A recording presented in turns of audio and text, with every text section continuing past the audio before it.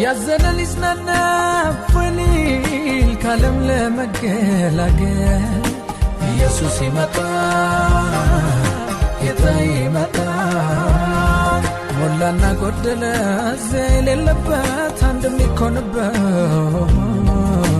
ኢየሱስ ይመጣ ጌታ ይመጣ። የመስዋዕቱ በግ ወዴት ነው? አዘጋጅ ፓስተር ዶክተር ገዛኢ ዮሐንስ፣ አንባቢ አገልጋይ ስጦቱ አበራ። ከዝግጅቱ ክፍል ኤልሻዳይ ኢየሱስ ይመጣል። ጳውሎስ ለጢሞቴዎስ ሲናገር የተፈተነውን ራስን ልታቀርብ ትጋ ይለዋል። በዚህ ዘመን የምታምነው ሰው ማን ነው ብትሉኝ፣ ከተቀባም ከሚያገለግለው ሰው በላይ የተፈተነን ሰው አምናለሁ።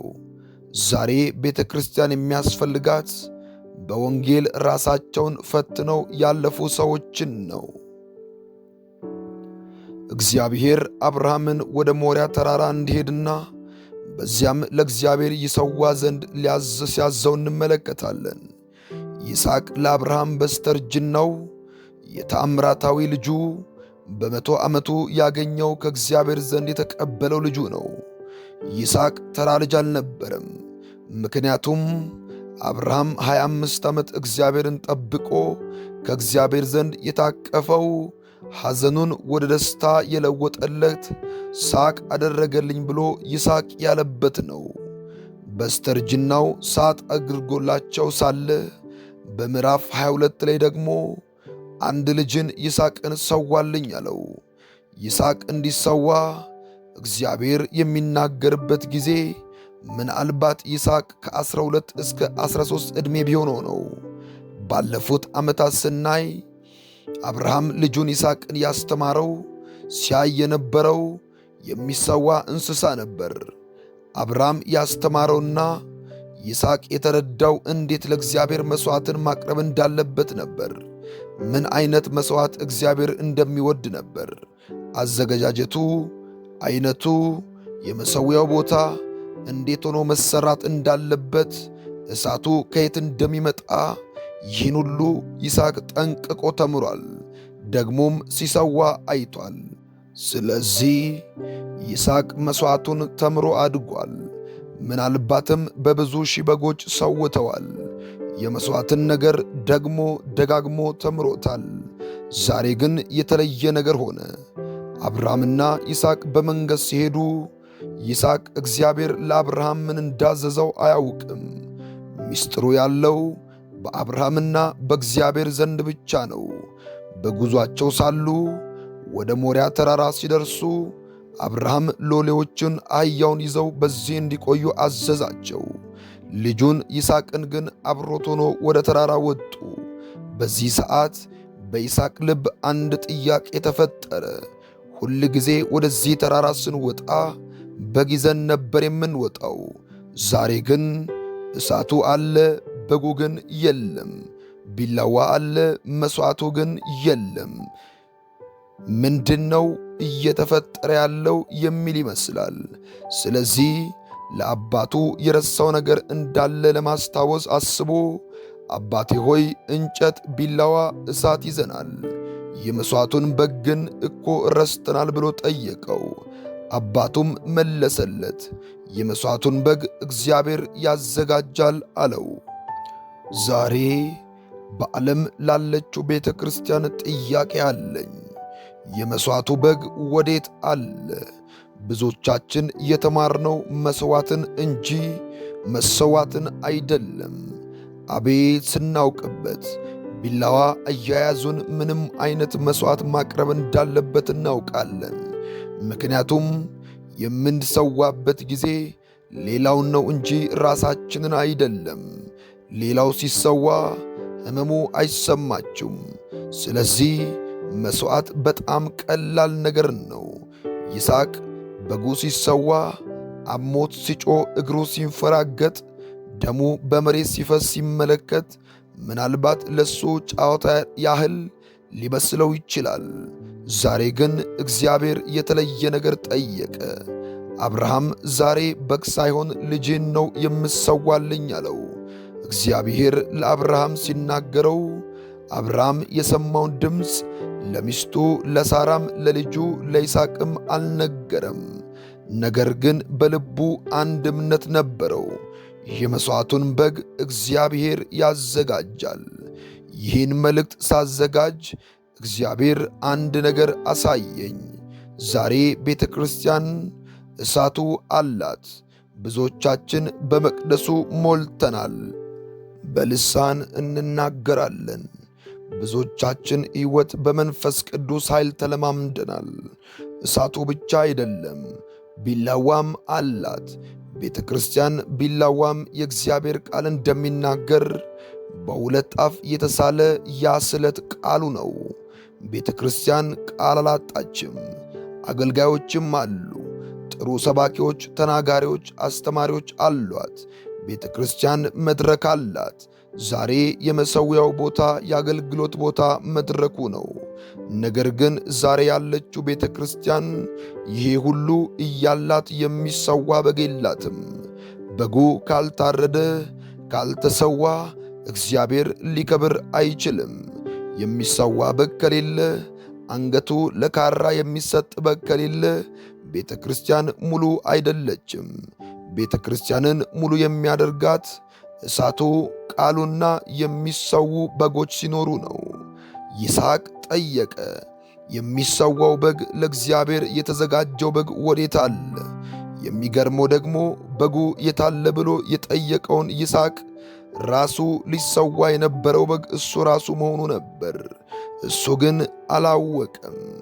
ምናልባት ብዙዎቻችሁ ዛሬ ጣታችሁን በሌላ ላይ ልትጠቁሙ ትችላላችሁ።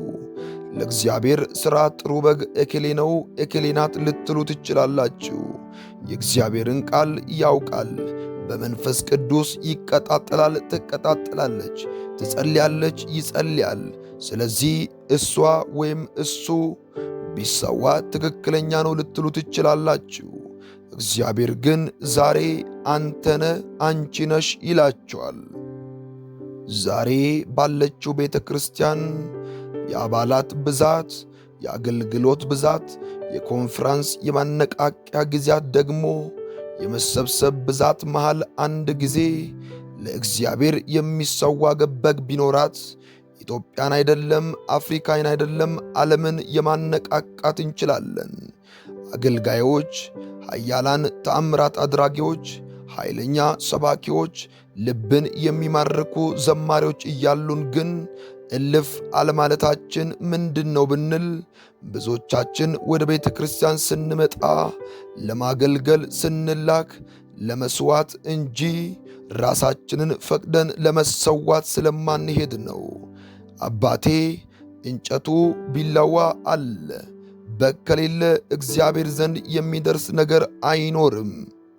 ስለዚህ ነው አብርሃም ለሰማው ቃል ጨክኖ ይስሐቅን ለመሰዋቱ ሲያጋድመው ሲያስረው ቢላዋውን አንስቶ አንገቱን ሊቆርጠው በፈጸመ ጊዜ ይስሐቅም ለተባለው ራሱን ሊሰጥ በግ በሌለበት ቦታ በግ ሆኖ ራሱን ፈቅዶ እጆቹን እግሩን ለገመዱ እሺ ባለ ጊዜ ዓይኑ እያየ በአንገቱ ላይ ቢላዋ ስሎ ፈቅዶ ለአባቱ ሲጋደምለት የዚያን ጊዜ በዘመናት የተሰወረውን የእግዚአብሔርን በግ ጌታ ኢየሱስ ክርስቶስን በአዲስ ኪዳን የተገለጠውን ምስጢር በአዲስ ኪዳን የተገለጠውን ነገር ግን በብሉይ ኪዳን ተሰውሮ የነበረውን ማንም ያላወቀውን ያን የተሰወረውን የእግዚአብሔርን በግ ኢየሱስ ክርስቶስን በምሳሌ ሆኖ በዕፀ ሳቤቅ ተይዞ አየ። ወገኖቼ እግዚአብሔር በዘላለም ሐሳቡና ዕቅዱ በቤተ ክርስቲያን እንዲገልጥ ከተፈለገ ቢላዋውና በጉ መገናኘት አለባቸው። እኔና እናንተ ቆርጠን አንገታችንን ለመሥዋዕትነት መስጠት ስንጀምር ተገልጦ የማያውቀውን በብዙ ሺህ ዓመታት መካከል እግዚአብሔር ሊገልጠው ያለው ዕቅዱን በፊታችን ማድረግ ይጀምራል። ኢየሱስ አብርሃምን አየው። መጽሐፍ ቅዱስ ሲናገር አብርሃምን ቀኔን አየና ሐሴት አደረገ ይላል። የት ነው ያየው ብንል በሞሪያ ተራራ ላይ ነው ያየው። ልጁን ሊሰዋ በወጣበት ተራራ ላይ ለዘላለም መድኃኒት ይሆን ዘንድ እግዚአብሔር ከፍጥረት በፊት ያዘጋጀውን አየ። ይህ ከብዙ ሺህ ዓመታት በኋላ ዛሬ ያለነው እኛ የምንደሰተው ደስታ አየው። በክርስቶስ ኢየሱስ በእግዚአብሔር በግ አምነን ስንድን ከርቀት አይቶ ደስ አለው። ሃሌሉያ! ዛሬ ቤተ ክርስቲያን ካለችበት ሐዘን ነፃ የሚያወጣ እጅ መጫን አይደለም፣ የአገልግሎት ብዛትም አይደለም። ነገር ግን የሚገለጠው የእግዚአብሔር ልጅ ኢየሱስ ክርስቶስ ነው። ከቃል መገለጥ በላይ የኢየሱስ ክርስቶስ መገለጥ ነው። በጉ በሚገለጥበት ጊዜ ሁሉ ሐሴት አለ፣ ፈውስ አለ፣ በረከት አለ። በጉ የታሰረው በሰጻቤቅ ነበር፣ እጅ እግሩ ሳይሆን ቀንዱ ነበር ይላል። ይስሐቅ እጅና እግሩ ለገመድ ሲሰጥ ጨለማው ዓለም መፈታት ጀመረ። ቀንድ የኃይል፣ የክብር፣ የሥልጣን ምልክት ነው። ዛሬ ቤተ ክርስቲያን ሁሉ እያላት የጎደላት ሥልጣን ነው። ቤተ ክርስቲያን በኃይልና በሥልጣናት በገዢዎች ፊት መቆም የምትችለው ቀንዱ ሲፈታ ነው። ቀንዱ ሊፈታ የሚችለው ግን ራሳቸውን ለቢላ አሳልፈው የሚሰጡ ሰዎች በቤተ ክርስቲያን ሲኖሩ ብቻ ነው። ማምለካችን፣ ማገልገላችን፣ መተን መዘመራችን መልካም ነው። ዛሬ ግን እልፍ ማለት መቻል አለብን። ራሳችንን ለካራ መስጠት አለብን።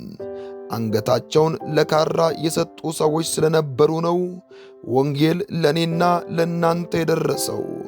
በእግዚአብሔር ጀግኖች ወንጌል ስለ እግዚአብሔር ራሳቸውን የሰጡ ሰዎች ብቻ ሲኖሩ ነው። ዛሬ ባለችው ቤተ ክርስቲያን ያለው ሕዝብ ምን ይፈልጋል ብትሉት በረከት ነው። በረከት ብቻ፣ ሌላ አይጠይቅም። እስከ ዛሬ ቤተ ክርስቲያን በሙሉ ኃይሏ መገለጥ መውጣት አልቻለችም። ቀንዷ ዛሬም እንደታሰረ ነው። ምክንያቱም ያላት ፍላጎት በረከት ብቻ ስለሆነ ነው። ኢየሱስ ይመጣል። አንድ እውነት ልንገራችሁ፣ እውነተኛ በረከት የሚመጣው ከመሥዋዕቱ በኋላ ነው። እግዚአብሔር በዘፍጥረት ምዕራፍ 12 ጀምሮ እስከ 15 ድረስ በምዕራፎቹ ደጋግሞ የተናገረው እባርካለሁ እባርካለሁ ነው። ዘርህን ባንተ እባርካለሁ ይለው ነበር። ነገር ግን ያንን ሁሉ በረከት ያጸናው በምዕራፍ 22 ላይ ነው። ልጁን ለመሥዋዕት ካዘጋጀ በኋላ ነው። የእግዚአብሔር በራሱ ምሎ ቃል ኪዳን ገባለት። ከዚያን ጊዜ በኋላ የነካ ሁሉ የተባረከ ይሆናል። በዘፍጥረት ምዕራፍ 13 ከቁጥር 1 እስከ 5 ስንመለከት አብርሃምና ሎጥ ወጡ ይላል። ሎጥ ባየው በሚኖር ያማረውን የሚመኝ ሰው ነው። አብርሃም ግን ሁል ጊዜ ራሱን ለመሥዋዕት ያዘጋጀ ሰው ነው። ስለዚህ የአብርሃም በረከት ከትውልድ ወደ ትውልድ ሲተላለፍ፣ የሎጥ በረከት ግን ያከማቸውን በረከት ሳይበላው እሳት በላው። የሚገርመው ደግሞ ሌላ ልጅ ወልዶ እንኳን እንዳይባረክ ሚስቱ የጨው አምድ ሆና ቀረችበት። በአብርሃም መሥዋዕት ብዙዎች እየተባረኩ ነው። የእስራኤል በረከት የአብርሃም በረከት ሲሆን ለእኛም ደግሞ በክርስቶስ በኩል ደረሰን። እውነተኛ በረከት የሚመጣው ከመሥዋዕት በኋላ ነው። ሰይጣን ሊወስደው የማይችለው፣ ሰዎች ሊነጥቁት የማይችሉት የዚህ ዓለም በረከት ከኛ አልፎ ለልጅ ልጆች የሚተርፈው በረከት ምንድነው ብትሉኝ፣ ከመሥዋዕት በኋላ የሚመጣው በረከት ነው።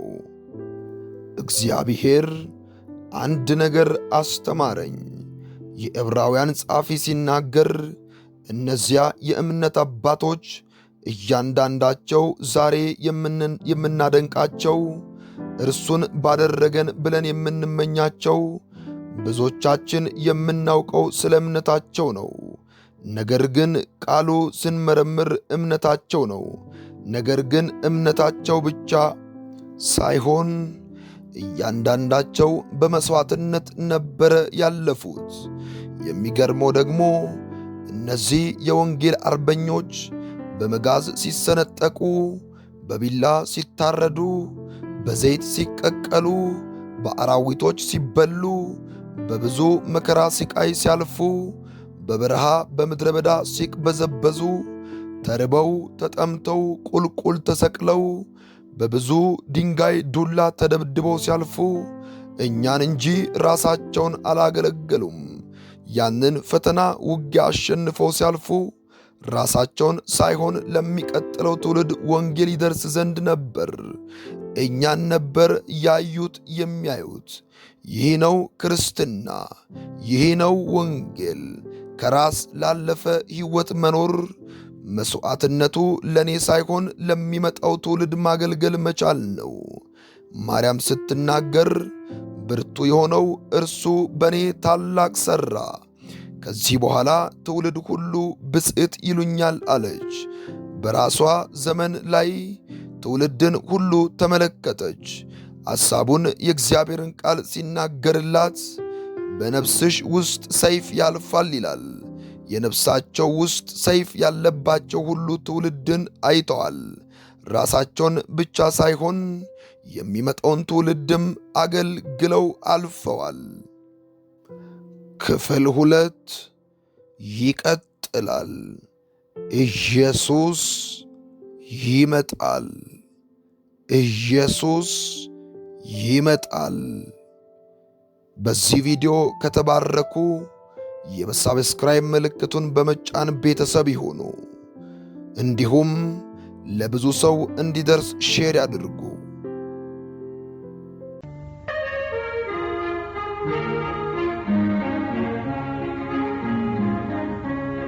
አይኔን ከራተታል አባቱን ለማየት አልፋና ኦሜጋን የሕይወት መሠረት አንገቴን ደከመች አንጋቶ ማየቱ ሙሽራው የት ቀረ ገና ነው ወይ ሰዓቱ? መቼ ነው ቀን የሚሆነው የሚደርሰው?